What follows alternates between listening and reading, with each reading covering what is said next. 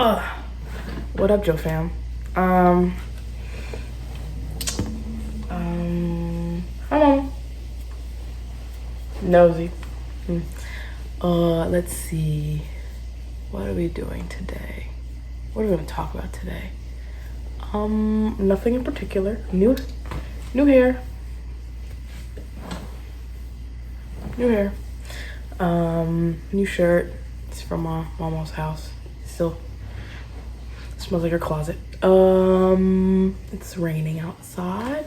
Also new location in a hotel just for today. I really just had one thing on my mind, and that'll turn into like 10. This is more K-pop mumbo jumbo, but I find it so, I guess, disheartening. Disheartening is the word.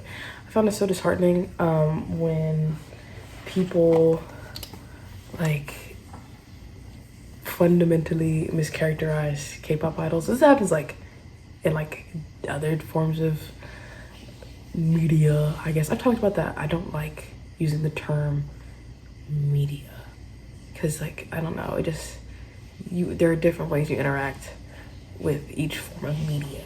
You know, like you read a book, you watch a movie, you listen to a song, like it needs each separate art form. But anyway, for like K-pop idols or like, you know, singers and whatnot,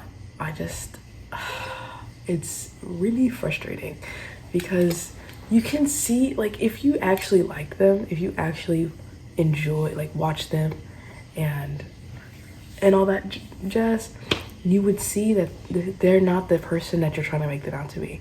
And this has happened with my lovely Chinese boy, Zhu Minghao from 17. Because people are like, there was this one TikTok of this girl and she had like met June and Minghao and she was trying to get them to sign something, and she was holding her groceries and she handed them to Minghao. And everyone's comments like, oh my, like, you handed them to him? Like, why would you, like, oh my gosh, did you got cursed or whatever? I'm like, do you not understand him as a person? You clearly don't understand him as a person, because why would you be like scared? He's not cruel. He's actually he's a nice young man. He's a gentleman. And so it's just, I don't know. Or like sometimes when they talk about, like, you know, BTS has been around for such a long time. When people talk about BTS and they're like, he's a baby. Oh my gosh, that was really embarrassing. You know, whatever. I'm like, he's 30. He's 30. Or like when some people on Twitter who are, I wouldn't say prudes, but they're like, why is Hobie doing all that?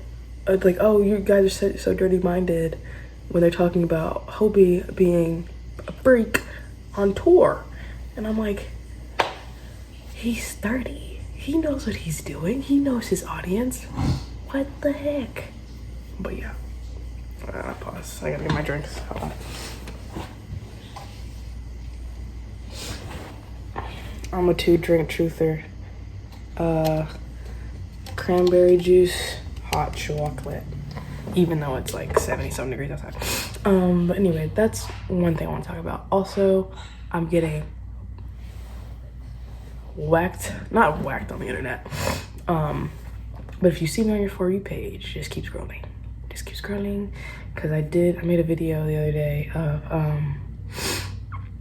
about AI and the Studio Ghibli AI thing, and how Miyazaki is I'm saying it's, people are really take things very, very literally.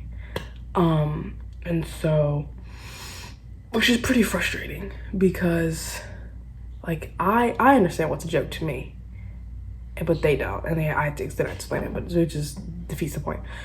She just laughed and kept pushing. But talking about Miyazaki and how it's ironic that people are using AI or like generating a Studio Ghibli AI like picture, because most of Miyazaki's work is about the effects of like the folly of human innovation and how that affects the environment.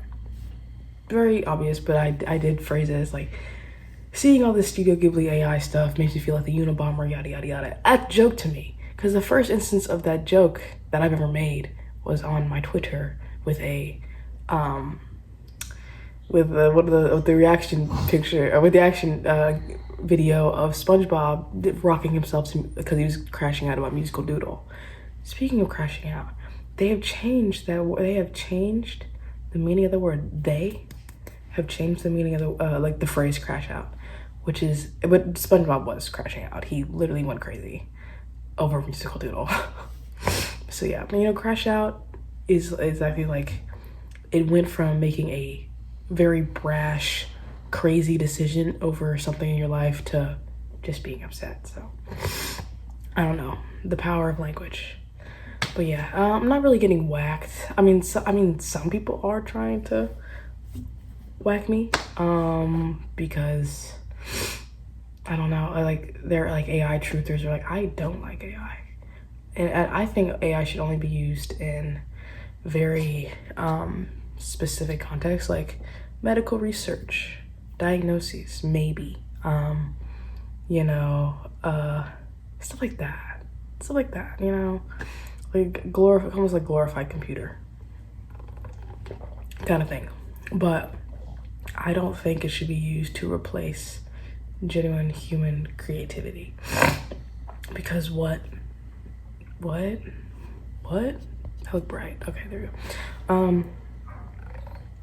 It's like, what? Like, it's sucking the life out of it. Like, the Studio Ghibli stuff, I mean, yeah, it kind of looks like it, but I know a human didn't make that. I know someone didn't hunch over that for, like, people are like, oh, it's taking away the pain, taking away the That's not what life's about. It's about the process. Like, especially as an artist who enjoy, like, I love my art. I love making art. It's so fun. I'm like, it's about the process. You learn a lot from art. I mean, you just learn from making art and messing up and all that. And then, but AI is just it's trying to emulate something a human's already done. Like, that's, what's the point when a person can do it? And like, people don't get that. People don't get that. And it's just like, oh, I don't know, because I talk about the environmental impacts of AI. It exploits workers. There was a whole seminar, switch drinks. There was a whole seminar at the Honors College last semester at the beginning. That's what it's called, Challenge Week? Yeah, Challenge Week, and the theme was AI, and they brought in a bunch of different speakers to talk about AI, like sometimes it's pro con, other like just what their thoughts about it were. And I listened to this lecture about how AI in general is like, it's like the next big thing, but not really. Nobody knows, but it's being pushed because they want it to be the next big thing. Anyway, it exploits workers around the world, because what'd she say? Because they're getting paid to verify what's real. Anytime they have to go through each question, like any possible question a person might ask the AI, and like answer it and verify it and everything. And sometimes they're really, really bad questions, and these people have to like sit through there and just like look and have to answer that, and they're getting paid nothing, like chump change. And so, okay, that's not bad. And so that stresses me out. Again, with the taking away human creativity, AI also keeps you dumb. It keeps you stupid. It just, I don't know. It's like, it's like, they're like, oh, nobody wants to work anymore. Not true. Nobody wants to learn anymore. Also, kind of not true. That's just a broad generalization, but it's just still really annoying. Because, like, oh my gosh, like, it'd be great if life was easier, but there are different routes to do that. I don't know. Did take a third tech. Is that all I have today? Is that all I have today? Yeah. Oh, I did post a TikTok yesterday, 2 days ago. I think it's 2 days ago. Where I gave a bunch of movie suggestions. And if you guys want that, I can give you. But movie suggestions, and people were like, because someone comes to like, this is what I'm going for, is someone was like, this is like the best and least insufferable movie list I've ever like been recommended. And I was like, mission accomplished. That's like, I love movies, and I can get really about movies, but I never want to like come off as like super film bro or really pretentious or about it. Although sometimes I think it's okay to be pretentious about art. You know, like pretentious about art. Those little white kids at the Mike concert playing chess in the pit, disrespectful. You know, I was thinking about this the other day too. When people go to concerts and they act a fool, I think that should be me. I should be there. Like, I would never go to a concert in NCT 127. I would never go to a concert and you scream "mommy" at the artist, Mitski. I never go to a concert and play chess in the mosh pit while someone's rapping or singing about racism and the struggle. Mike, you know, like, you, just because you paid for that experience, I want you should be experience it in full, not I can't even explain it right now. It's like, it's still early. I woke up an hour ago, so I don't know, there's lots of thoughts, but I've been watching a lot of movies recently, and I think a lot of them unaware that I've been picking movies that have often pertain to grief in some way, shape, or form. Like, I watched Demolition this week. I had no idea what that movie was about. I just wanted to see. I was like, I remember this. It's been on my list for such a long time, and I know that it says Jake Gyllenhaal in it. I like Jake Gyllenhaal for the most part. And kind of like, it's not philosophical, not kind of, but like, it's just different. I didn't know it was about grief, the pain of losing someone. I watched 3 Billboards Outside of Ebbing, Missouri. No idea what, I was like, why are there 3 billboards? And then I read this, I was like, oh, that's why there's 3 billboards. But yeah, I mean, and it's like, life has a funny way of coming back at you. Because last month, my great grandma passes away, and I'm still reeling from that. And then like, this is like, it just comes back full circle. And what else have I watched pertaining to grief?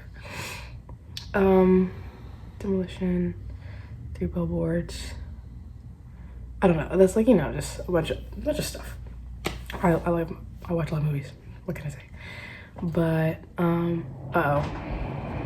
pause. My bad. She's sitting up now. Oopsie. Put that in the right place. What was I talking about? Movies suggestions. I don't think I have anything else. I gotta go pack up my stuff and then walk to the antique store by myself because no one else wants to come with me. This is really hard. Why is this so hard? I wish I had my alcohol.